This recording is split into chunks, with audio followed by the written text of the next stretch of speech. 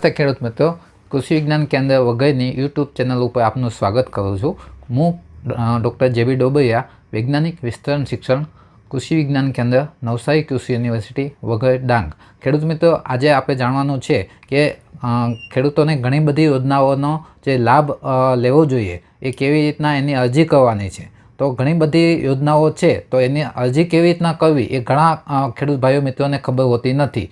તો એના માટે ગુજરાત સરકારે iKhedoot.gujarat.government.in નામની વેબસાઇટ ઘણા સમયથી બહાર પાડેલી છે અને આ વેબસાઇટ ઉપર જઈને આપણે અરજીઓ કરી શકીએ છીએ। તો કરવાનું શું છે કે આ iKhedoot જે પોર્ટલ છે એ પોર્ટલ ખોલીને એની અંદર ઘણી બધી યોજનાઓ આપણને જોવા મળશે, જેવી કે ખેતીવાડીની યોજનાઓ, બાગાયતની યોજનાઓ, પશુપાલનની યોજનાઓ, મત્સ્યપાલનની યોજનાઓ, પ્રાકૃતિક ખેતીને લગતી યોજનાઓ, 100% સેન્દ્રિય ખેતીની લગતી યોજનાઓ, આવી વિવિધ પ્રકારની યોજનાઓ આપણને આ જે iKhedoot પોર્ટલ પર આપણને જોવા મળશે।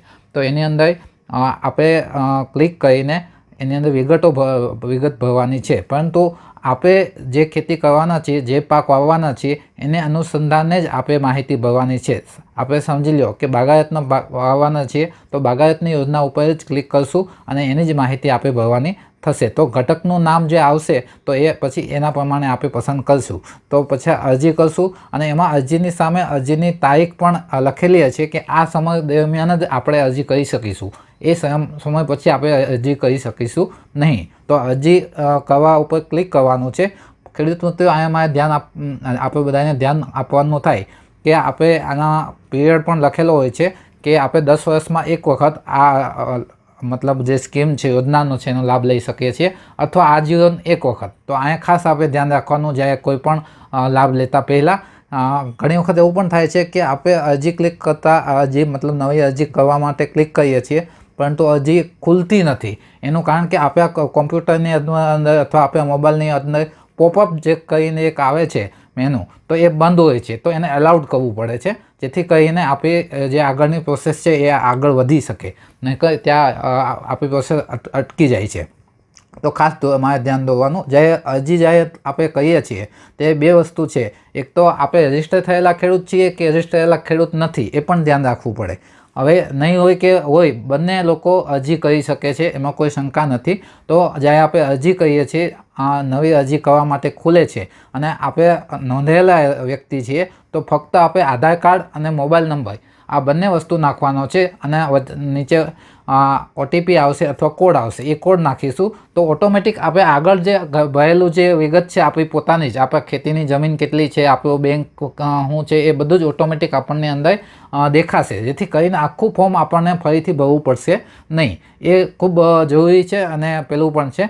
અને બીજી વસ્તુ આમાં ખાસ ધ્યાન રાખવાની કે જે ફૂલડી લાલ કલરની જે છે એ વસ્તુ ફરજિયાત ભરવાની છે, તો એમાં ખાસ ધ્યાન રાખજો। જો એ વસ્તુ નહીં ભરીએ તો અરજીઓને આપણે આગળ કરી શકશું નહીં। હવે સંપૂર્ણ અરજી જ્યારે આપણી ભરાઈ જાય છે, આ સંપૂર્ણ અરજીઓમાં ખાસ ધ્યાન રાખવા જેવી બાબતો એવી છે કે જમીનના ખાતા નંબર, આધાર કાર્ડ નંબર, બેંકની વિગતો, પાકની વિગતો, તમે કેટલા હેક્ટરમાં પાક વાવવા માગો છો, આ બધી જ વસ્તુઓ અંદર નાખવાની હોય છે। તો એ બધી જ વસ્તુ આપણે થોડીક તૈયારી કરીને રાખીએ। બીજું, આ બધી વસ્તુ થયા પછી આપણે અરજીને સેવ કરીશું, નીચે સેવનું બટન આવે છે, સેવ થઈ ગયા પછી એની અંદર આપણા રજિસ્ટ્રેશન નંબર આવશે કે એપ્લિકેશન નંબર આવી જશે કે આ રજિસ્ટ્રેશન નંબર, માનો કે અત્યારે 22-23 ચાલતું હોય તો 22-23 આવશે, 23-24 ચાલતું હોય તો 23-24 આવશે, એ પ્રમાણે આગળ વર્ષ આવશે અને પછી અરજીઓનો નંબર આવી જશે, એટલે એ અરજી નંબર આવી જશે। એટલે અરજી નંબર આવ્યા પછી આપણે જો કાંઈ હજી પણ કાંઈ સુધારા જેવું લાગતું હોય તો એક બાજુમાં એમ આવે છે કે અરજી અપડેટ, અને ફરીથી એને સુધારો કરી શકીએ, તો એને અપડેટ આપણે કરી શકીએ કાંઈ ઘટતું હોય તો। પછી અપડેટ થયા પછી હવે પછી કન્ફર્મ કરવાની વાત આવે છે, તો અરજી જ્યારે આપણે કન્ફર્મ કરીએ છીએ ત્યારે કન્ફર્મ કર્યા પછી કોઈ સુધારો થશે નહીં, તો પછી આપણે અરજીને કન્ફર્મ કરવાની છે અને અરજીને પ્રિન્ટ કાઢવાની છે। ભાઈઓ, ખાસ અહીં આપણે પ્રિન્ટ કાઢવા લેતા ભૂલવાનું નથી, કારણ કે પ્રિન્ટ કાઢીને જ પછી આપણે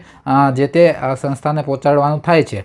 હવે ઘણી વખત એની કઈ સંસ્થાને પહોંચાડવાનું એ પ્રિન્ટમાં આપેલું જ હોય છે, પરંતુ સમજો કે તમારે જે અરજી જે છે એમાં તમારે સહી સિક્કો સિક્કો તો નહીં પણ તમારે સહી અથવા અંગૂઠો તમે જે કરતા હોય તે એ કરીને તમારે જે તે સંસ્થાને પહોંચાડવાનું હોય છે. અને સમજો કે તમારે જે તે સંસ્થાને સીધું ડાયરેક્ટલી પહોંચાડવું નથી, તો એ જ પોર્ટલ પર જે પ્રિન્ટ કરેલું છે એને અપલોડ કરવાનો એક ઓપ્શન આવે છે.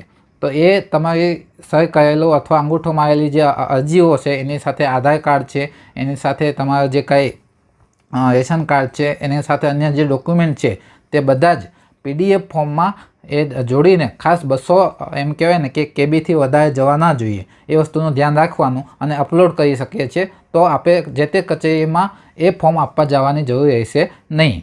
ખાસ પછી જે અધિકારી છે, સક્ષમ અધિકારી, એની જ્યારે પૂર્વ મંજૂરી મળી જાય આપણને, ત્યારે એનો લેટર આપણા ઘરે આવશે. આપણા જે અંદર અરજીમાં જે આપણે નાખ્યું છે એડ્રેસ, એના ઉપર આપણું આવી જશે અને એના આધારે પૂર્વ મંજૂરીના આધારે આવ્યા પછી જ આપણે જે તે વસ્તુની ખરીદી કરીશું. અને એ વસ્તુની ખરીદી ખાસ કરીને ઇનપુટ ડીલર જે ગવર્નમેન્ટે નક્કી કરેલા છે એ ઇનપુટ ડીલર પાસેથી જ આપણે ખરીદી કરીશું. બીજા અન્ય એમ્પ્લોયી મતલબ ડીલર પાસેથી ખરીદી કરશો તો આપણને પેમેન્ટ મળવા પાત્ર થશે નહીં. તો આ ઇનપુટ ડીલરો આપણને ક્યાંથી જાણવા મળે? તો એ વેબસાઇટ ઉપર જ ઇનપુટ ડીલરોનું આખું લિસ્ટ છે અને એ પણ જિલ્લા વાઇઝ પણ છે અને તાલુકા વાઇઝ પણ છે કે આપણા તાલુકામાં આ જે વ્યક્તિ છે એની પાસેથી આપણે આ વસ્તુ લેશું તો એ છે એ માન્ય ગણવામાં આવશે.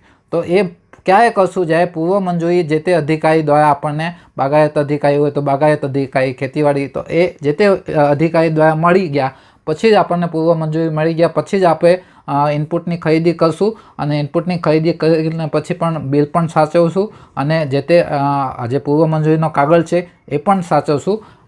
પછી જે તે અધિકારીને આપણે જાણ પણ કરીશું કે અમે આ ખરીદી લીધું છે અને આ તમે વેરિફિકેશન કરવા આવી શકો છો. એટલે જે તે સક્ષમ અધિકારી છે એ વેરિફિકેશન કરવા માટે તમારા ખેતર પર આવશે, તમે જ્યાં પેલું કામ કર્યું છે ત્યાં આવશે અને એને બરાબર માલુમ પડશે. તો પછી તમને તમારા જે ખાતા નંબર નાખ્યો છે એ ખાતા નંબર ઉપર તમને જે નીતિ નિયમો અનુસાર પૈસા મળવાપાત્ર અથવા જે કાંઈ રકમ મળવાપાત્ર છે યોજનાના પેલા સાથે એ તમને મળશે. ખાસ મારે તમને આજે આ જ વિષય ઉપર વાત કરવી હતી કે ઘણા ખેડૂત મિત્રોને આ પ્રશ્ન હતો કે આપણે અરજી કેવી રીતના કરવી અને ક્યાં પહોંચાડવી અને એનો કેવી રીતના આપણને ફાયદો મેળવવો. તો આ વિશે આપણે ઓનલાઈનથી સમજણ મેળવી. અરજી કરવામાં ક્યાંય પણ હજી પણ મૂંઝવણ અનુભવાતી હોય અથવા ભૂલ પડતી હોય તો દરેક જિલ્લાની અંદર કૃષિ વિજ્ઞાન કેન્દ્ર આવેલું છે. દરેક જિલ્લાની અંદર પશુપાલન ખાતું, બાગાયત ખાતું, ખેતીવાડી ખાતું, આ દરેક ખાતાઓ આવેલા છે. તો એનો સંપર્ક કરીને આપણે અરજીઓ કરીશું. બહુ ધ્યાન રાખીને અરજીઓ કરીશું. નમસ્તે.